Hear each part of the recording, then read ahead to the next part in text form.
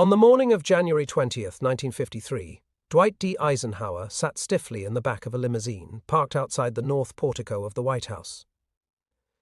It was a grey, chilly day, and the next president of the United States sat motionless, refusing to step out of the car. Inside the building, Harry Truman waited by a window, watching the automobile that simply would not open its doors. Eisenhower had made it clear. He wasn't coming inside for coffee, wasn't stepping through the door as a guest, and wasn't acknowledging any tradition of cordiality. If Truman wanted to meet him, he would have to walk out and come to the car. What should have been a moment of dignity, the peaceful handover of power, became a silent standoff between two men who once admired each other. The contrast between them was striking. Eisenhower, the 62-year-old war hero who commanded millions of troops and brought Nazi Germany to its knees, arrived at the White House surrounded by the weight of immense popularity. Truman, now 68, had spent nearly 8 years navigating atomic weapons, Stalin, the Berlin crisis, the Marshall Plan, Korea, and the hard political storms of the early Cold War. And yet 7 years earlier, Truman had offered Eisenhower something extraordinary, the presidency itself. Truman had once said he would gladly step aside and serve as Eisenhower's vice president if it meant putting Ike in the Oval Office as a Democrat. Eisenhower had refused, insisting he didn't want political life at all. Now he wanted it, and he wanted it as a Republican, running against Truman's party and by extension Truman's record. For Truman, the reversal felt like a personal blow. For Eisenhower, the bruising 1952 campaign had left him angry and suspicious, especially after Truman attacked his character and judgment in speeches across the country. Their respect had dissolved into something cold and jagged. Their story didn't start this way. In the final months of World War II, Truman admired Eisenhower deeply. After Roosevelt's death in 1945, Truman had taken office feeling unprepared and overwhelmed. Eisenhower seemed like the steady, disciplined leader America could rely on. Truman offered help, support, promotions, honors, anything Ike might need. He even suggested the presidency again in 1947, telling confidants he would gladly step down if Eisenhower chose to run as a Democrat. Eisenhower refused each time, insisting he wasn't interested in politics. For years, the two men worked together with quiet respect. Truman made Eisenhower Army Chief of Staff, honored him repeatedly, and then appointed him head of NATO when Europe needed trusted leadership. They exchanged polite letters and posed for photos at award ceremonies. Their relationship wasn't warm, but it was steady, two men doing their jobs in a dangerous world. But behind the scenes, Truman began noticing something unsettling. Requests kept coming from both parties asking Eisenhower to run. Newspapers floated his name. Political allies hinted that Ike might be open to a future campaign.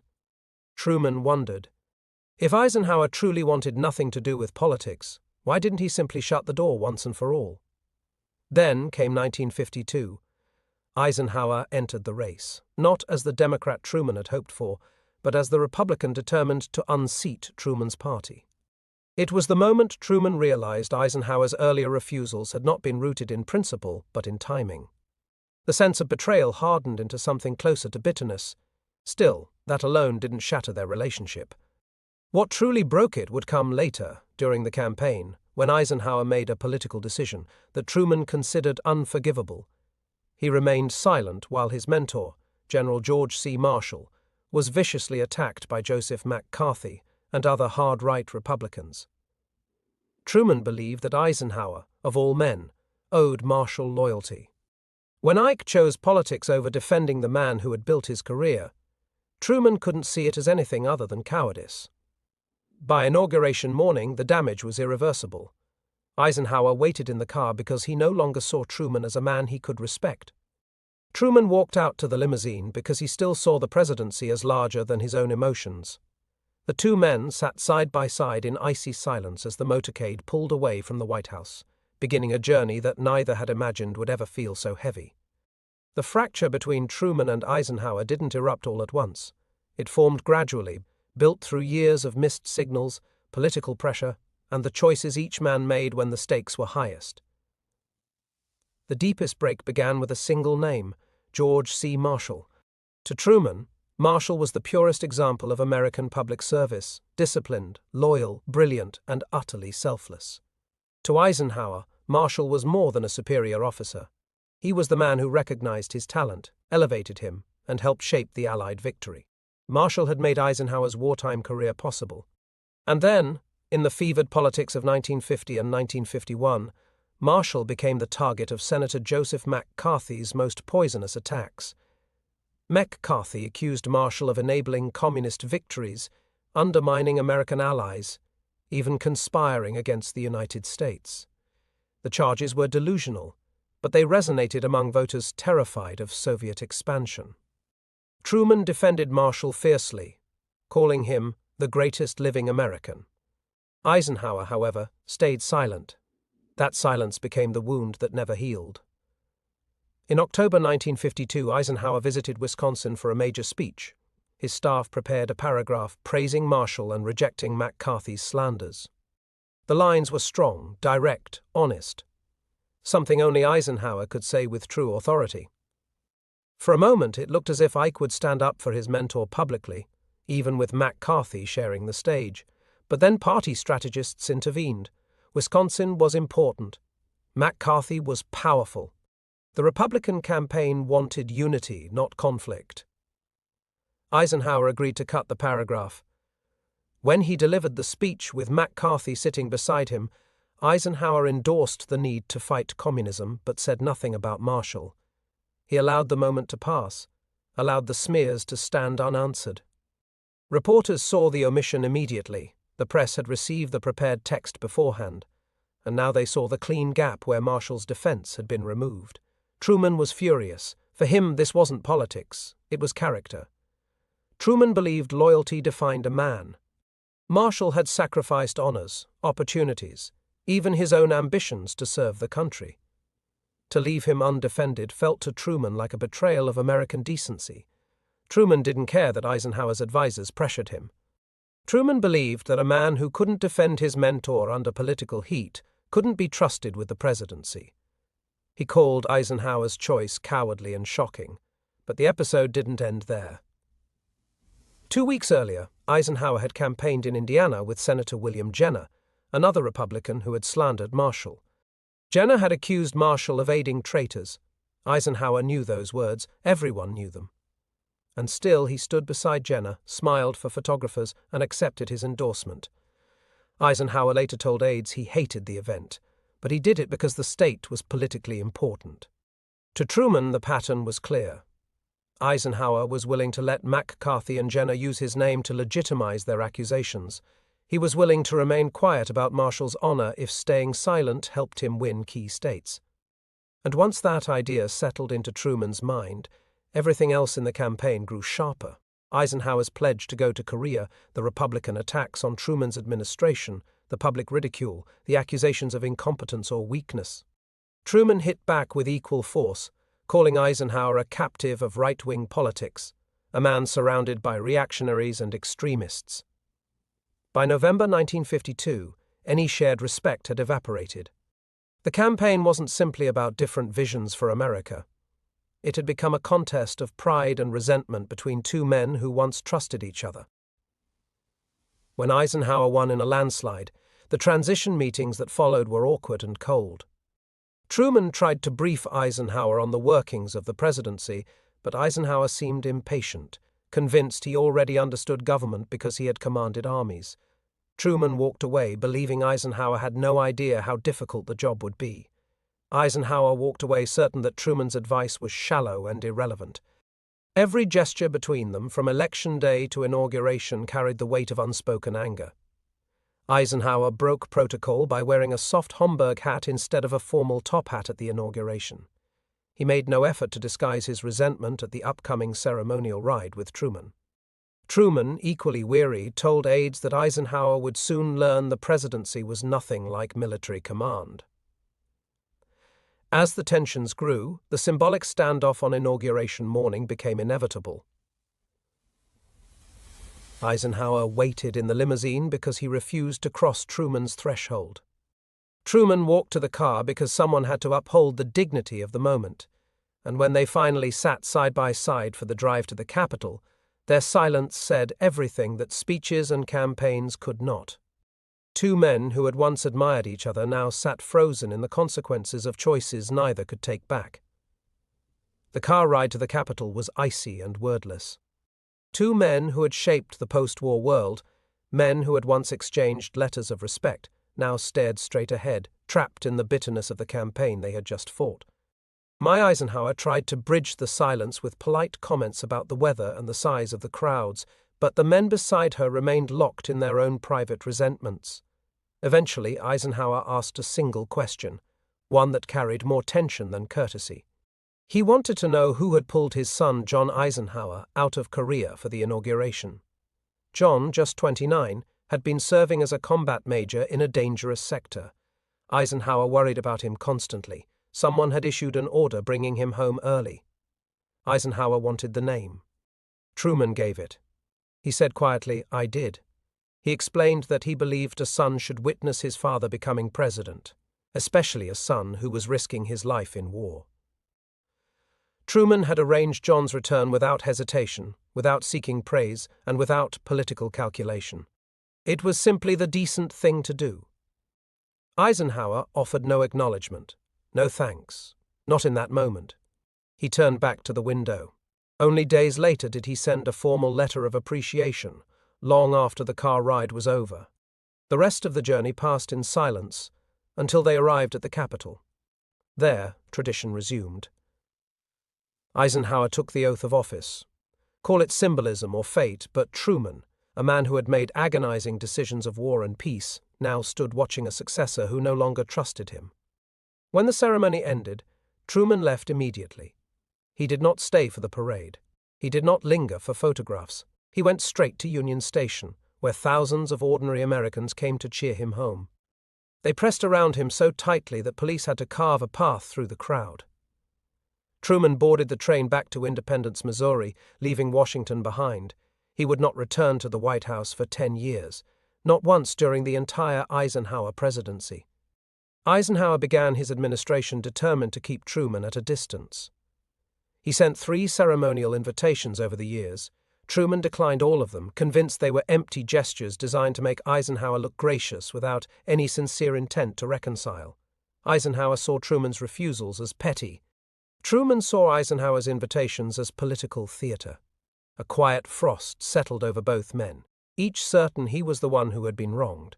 The nation moved on, but the relationship remained frozen. Two men who had once stood shoulder to shoulder in shaping the post-war world now behaved like strangers. They crossed paths only at funerals, solemn occasions that forced them into the same room without forcing them to speak. Then came October 1959. George Marshall died. Marshall, the man whose honor had been at the center of their falling out, the man both had admired, the man Eisenhower had failed to defend and Truman had defended fiercely, was gone. Truman and Eisenhower attended the funeral. For the first time since 1953, they sat beside one another in the same pew. Neither spoke. Neither looked at the other. They simply sat in silent grief for the man who had played such a defining role in both of their lives. They would see each other again at funerals for Fred Vinson, Sam Rayburn, and Eleanor Roosevelt. Each time they exchanged small courtesies but remained distant. The anger had cooled from fire to ash, but the distance persisted.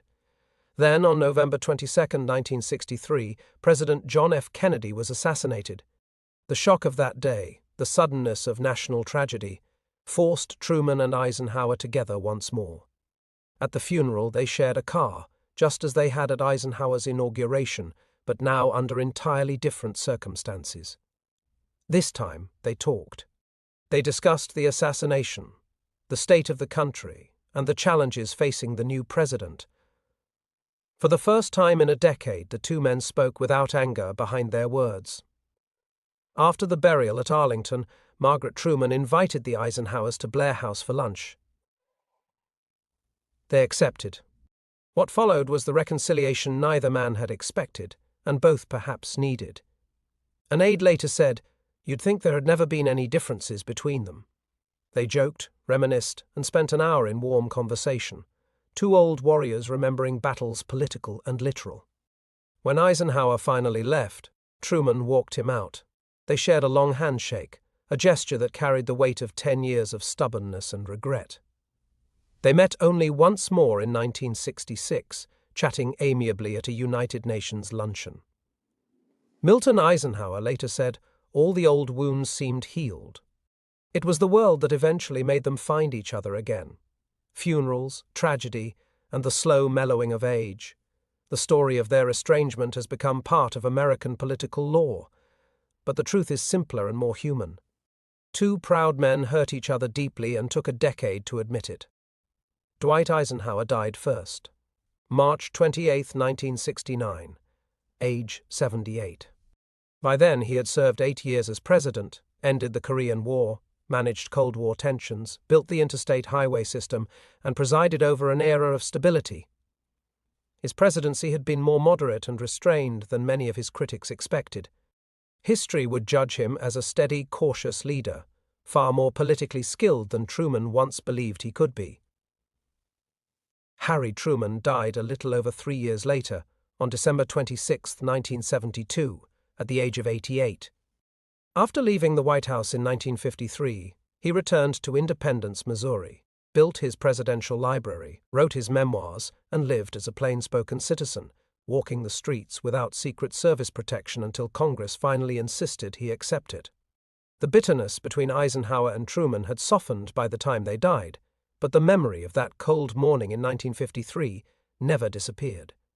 Historians look at it now as a defining symbol of what personal grudges can do to public life. Eisenhower's refusal to step into the White House wasn't about hats or protocol. It wasn't about scheduling. It wasn't even really about politics.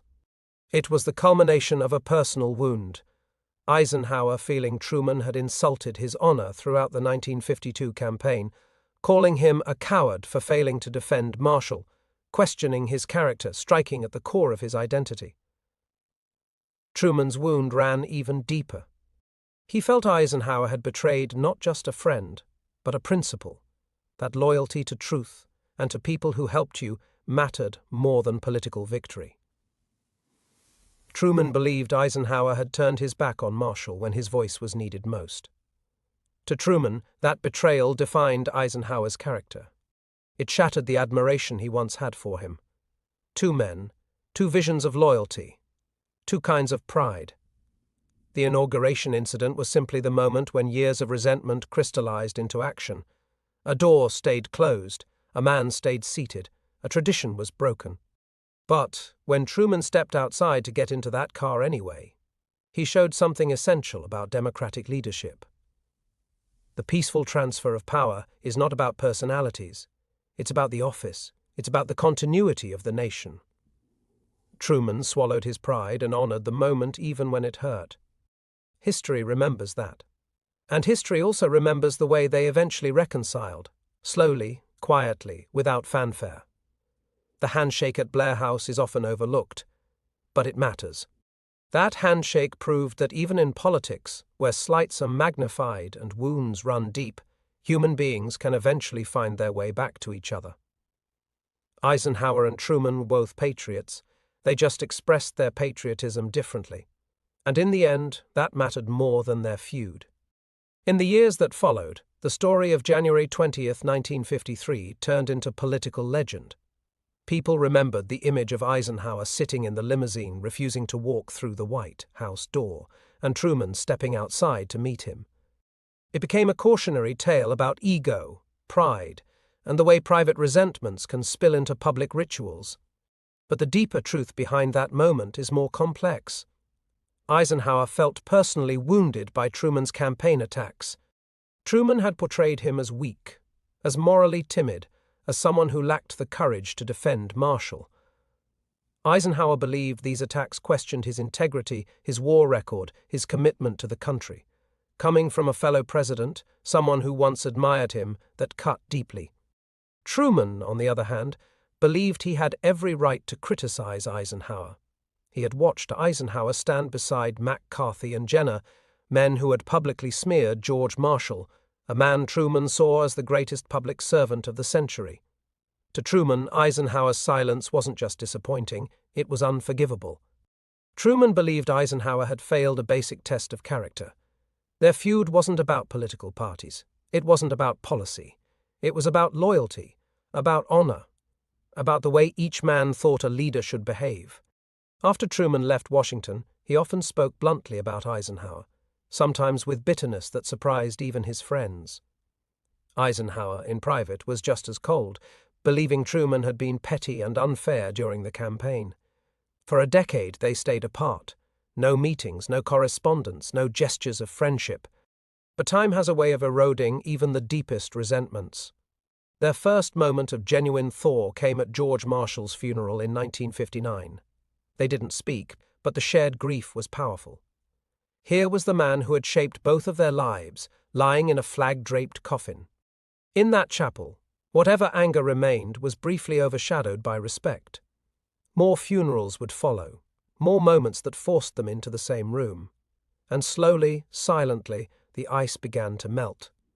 The real break came after President Kennedy's assassination in 1963. The tragedy drew all former presidents back to Washington. Truman and Eisenhower rode in the same car to Arlington National Cemetery, and for the first time in a decade they talked, quietly, openly, naturally. Later, at Blair House, they sat together over sandwiches and coffee, reminiscing about battles they'd survived, crises they'd managed, memories they shared. For that hour, the bitterness of 1952 and 1953 simply dissolved. Admiral Dennison later said it was like watching two old comrades rediscover the best parts of themselves. There were no speeches, no apologies, no explanations. Just two men, older now, more reflective, finally able to see past pride and anger to the history they had built together. Their relationship never became truly close, but it became warm, human, respectful. And when historians look back, they see something larger than a quarrel.